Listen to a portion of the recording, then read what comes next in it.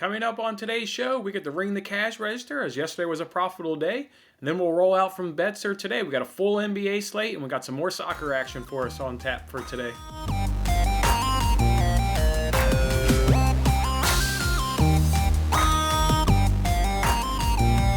Hey, what's going on, everybody? It's Jason Mattis with Winning Bets.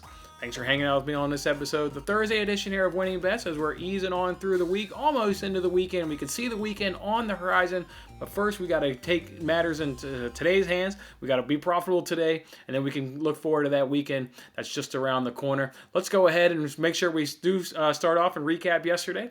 Yesterday we went 2-2-2. Putting plus 0.6 units in your pocket.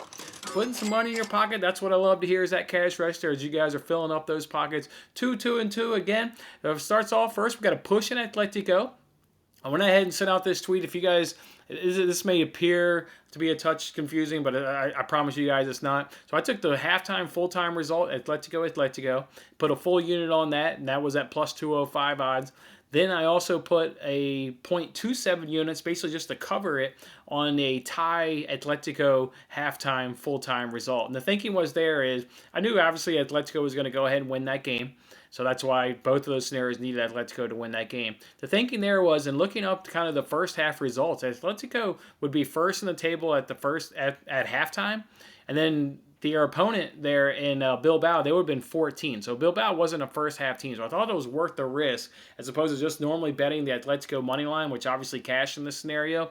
I thought it was worth the risk of seeing that if Atletico could also win the first half and get twice as much return on your profit. Because I could have won 1.78 units had Atletico gone ahead and win at halftime, as opposed to them, only winning at the full-time result. So I thought it was worth the risk, and then that's why I did my hedge there. So it was a good job by me by putting in that little hedge or a middle bet, whatever you kind of wanted to call it there, and that made it so it was a push. In hindsight, do I wish I would have maybe taken, Atletico straight up on the money line?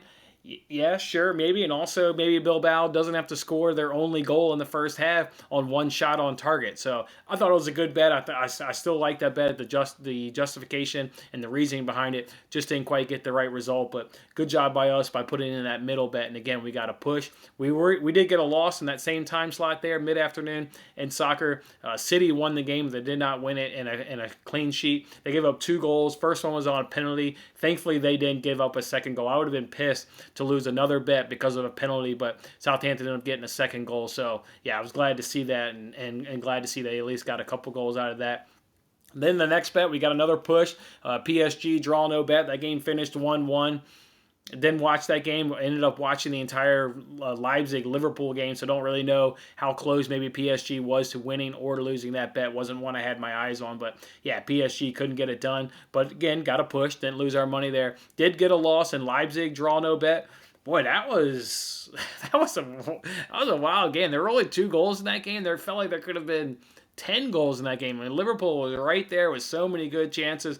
Leipzig in their own right, I thought maybe they could have had 1, maybe 2 goals is what Leipzig could have had. But boy, Liverpool, man, they punished Leipzig throughout the entire 90 minutes. So yeah, Leipzig did not get the draw, no bet. Then we got 2 cashes though, 2 cashes that were both at plus money, and that's why we put money overall in your pocket yesterday. We did Leipzig, Liverpool under 2.5. Again, I have no idea how that bet cashed. Liverpool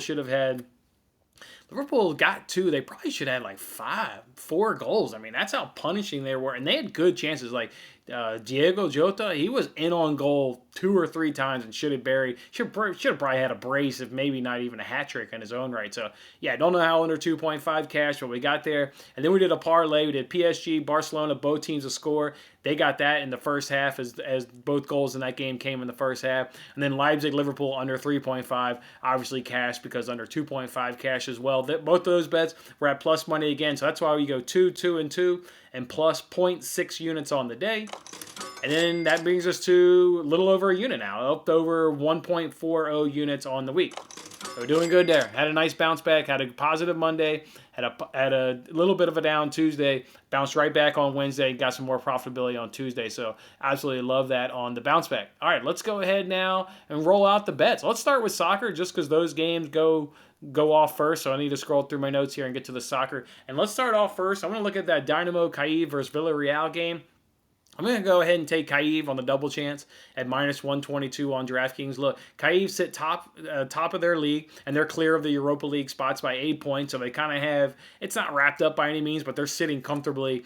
Will be playing more than likely in Europe next year, will Kyiv. Meanwhile, Villarreal, they're 5 points back of Europa League, so they've got a tough decision here. They're going to go for it here in this first leg, see if they can get a result.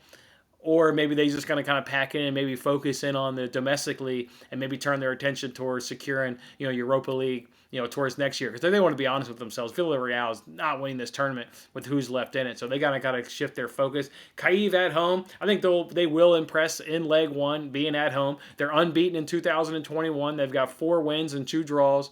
Meanwhile, Villarreal, they come into this one slumping a little bit. They've got 2 wins in 9 games, and they've only got 1 win in their last 5 road games. Obviously, they'll be on the road for this one. So, like this spot for Kyiv at home. Think they can at least get a win or a draw here and return our money there at -122 on DraftKings.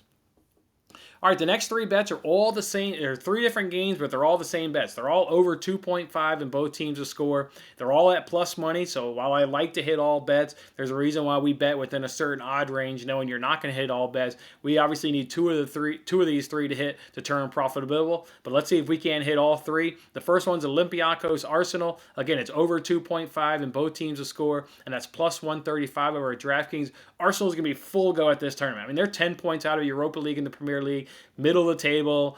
They're if they're being honest with themselves, they're not going to claim any Europe spots domestically. They're not any threat of getting relegation. So Arsenal going to be full go on this tournament. See if they can't win them some trophies. So I expect them to go all at it. And then same thing with the Olympiacos. They've already got the Greek Super League already wrapped up. So they're going to give this full go. They've got nothing to play for domestically. Both of these clubs, it's all their attention on this match to try and, progress and get a good result here. So love these 2 clubs just going after each other. And so it's over 2.5 and both teams to score at plus 135 over DraftKings.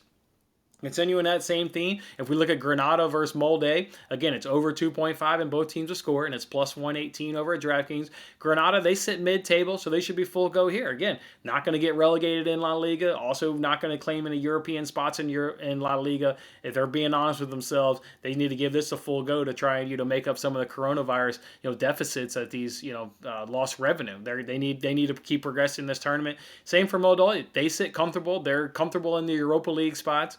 Are they? So yeah, just expect another good first leg tie with both clubs going at it. Somebody hopefully getting a win. Both of these clubs were impressive in the last round. Granada beat Napoli, which is impressive, and then Molde beat Hoffenheim. I've seen a couple of Hoffenheim games as they've gone up against Bayern and Dortmund. Hoffenheim has been they're a decent squad. They're not a good squad, but they're a decent squad. I just see 2 kind of relatively evenly matched clubs. Molde scoring over 2 goals a game. Yeah, I like Granada and Molde over 2.5 and parlay with both teams to score at plus 118 over at DraftKings. And then the third game in the same bet, I'm going to go ahead and take Roma and Shakhtar over 2.5. Both teams to score plus 110 at DraftKings. Both of these clubs are still fighting for something domestically, but I think both of these clubs, especially Roma, they think they can probably win this tournament. I mean, you just look who's left. You got, Manchester United's left. You got AC Milan. You've got Roma, and then you've probably got Tottenham and maybe an Arsenal or clubs that really think that they can, wrap their hands around this trophy and go ahead and win it. So like Roma coming out here, putting in a good performance, and like Shakhtar, scraping across a goal or 2, I think they'll be, while they are still fighting domestically, I think they're going to be fighting hard for this because they're like the next tier of clubs that think that maybe they can win it. And even if they can win it, we got to remember, all these clubs have been hit with loss of revenue due to the coronavirus. So progressing to the next round is just that much more money that the owners can put in their pocket and then reinvest into the squad, into the summer transfer window. So yeah, just see both of these clubs getting after it over 2.5, both teams to score at plus 110.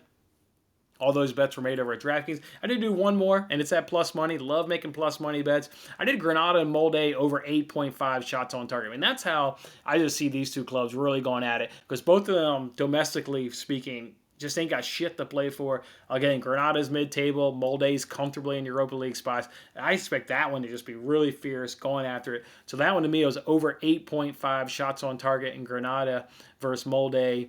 and that's plus 110 over at DraftKings. I really like that one. So those are the Europa League bets we'll roll with. Only one of those is going off soon, so you need to get your bet in for Dynamo Kyiv if you're interested. And then the other ones you've got more time in. Speaking of more time, I am waiting to see lineups for Tottenham game. Tottenham should definitely handle this game. They should win it. But for Tottenham, they're in a tricky spot. And it's kind of Europa League in general is kind of tricky. That's why you have to look at what these clubs are doing domestically to know what the hell their ambitions could be in this. And Tottenham's in a tricky spot.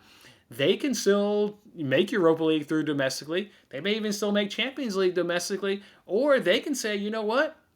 We are one of the big clubs left in Europa League. Let's go ahead and win it.